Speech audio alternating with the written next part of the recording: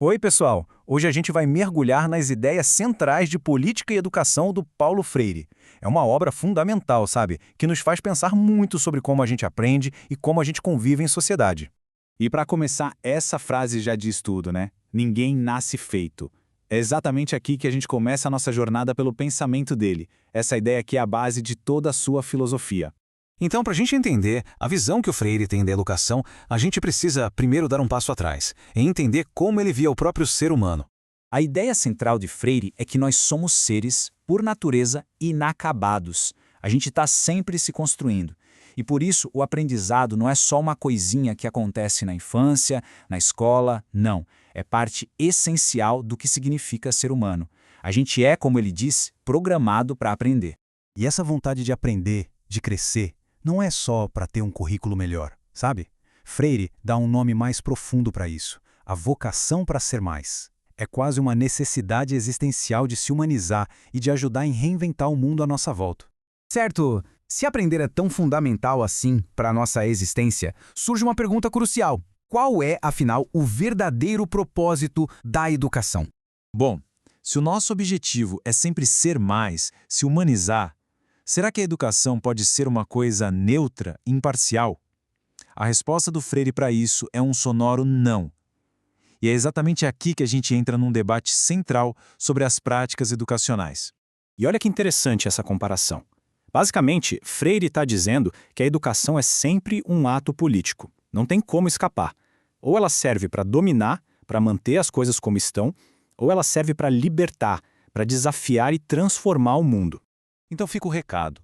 Para Freire, não existe prática educativa neutra. Cada escolha que se faz, o que vai estar no currículo, como a sala de aula é organizada, a relação entre quem ensina e quem aprende, tudo isso é, no fundo, uma escolha política. Agora vamos ver como essa ideia se desdobra em um dos conceitos mais fortes de Freire, que é a sua forma de enxergar a história. Aqui a gente tem duas visões totalmente opostas. De um lado, essa ideia de que a história é um destino, que o futuro já está traçado, o que ele chama de armadilha determinista. E isso, claro, paralisa a gente.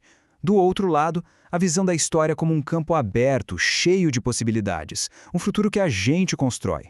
É por isso que Freire bate tanto na tecla de que o futuro não está escrito. Ele recusa essa ideia fatalista. E se o futuro é uma construção, a educação vira a principal ferramenta que a gente tem para criar um mundo mais justo, mais humano.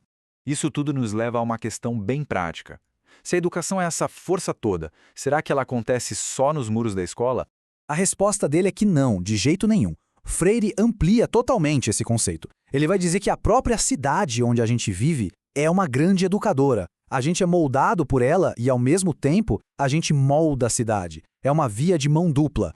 E a cidade ensina de várias formas. Pelas suas ruas, suas praças, pela arquitetura, pelas políticas, até pelo jeito como as pessoas se tratam no dia a dia. Tudo isso está o tempo todo mandando mensagens sobre o que aquela sociedade valoriza, sobre o que é possível ou não. Essa frase resume tudo. A cidade somos nós e nós somos a cidade. Mostra que a nossa relação com o lugar onde a gente vive é inseparável. O nosso aprendizado, a nossa cidadania, está tudo amarrado ao nosso ambiente. Ok, então, nesse cenário todo, onde a cidade inteira educa, qual seria o papel específico daquela pessoa que tem a educação como profissão? O professor, a professora? Para o Freire, o educador não é só um técnico que transmite conteúdo. É muito mais que isso. É um parceiro crítico nesse processo de conhecer o mundo. Uma pessoa que precisa ser competente na sua área, claro, mas que também precisa ter clareza do seu papel político e democrático. E aqui está o pulo do gato da pedagogia freiriana. A meta não é depositar conhecimento na cabeça de ninguém. É criar condições para que as pessoas possam, elas mesmas, se apropriar criticamente do conhecimento, entender o seu significado profundo. E Freire nos deixa com essa provocação, né? É uma pergunta que tira a gente do lugar comum. Se a educação tem esse poder todo de reinventar o mundo, que mundo, afinal, a gente está ajudando a construir hoje nas nossas escolas, nos nossos bairros, nas nossas cidades? Fica aí a reflexão.